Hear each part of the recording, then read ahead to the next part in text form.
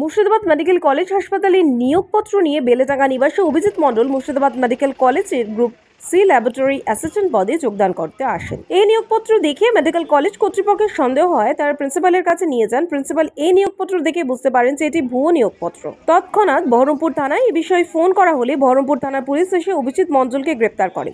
ওই যুবক পুলিশকে জানান তার পিসেমশাই তার মেলে এই নিয়োগপত্রটি পাঠিয়েছিলেন। সেই নিয়োগপত্র নিয়ে অভিজিৎ মণ্ডল আজ সেটি ভেরিফাই করতে আসে বলে তিনি জানান। বহরমপুর থানার পুলিশ আজ অভিজিৎ মণ্ডলকে 5 দিনের রিমান্ড চেয়ে জেলা জজ আদালতে পাঠান। পুলিশের ধারণা, এই ভুয়ো নিয়োগপত্র কাণ্ডে অনেক বড় চক্র রয়েছে বলে পুলিশের ধারণা।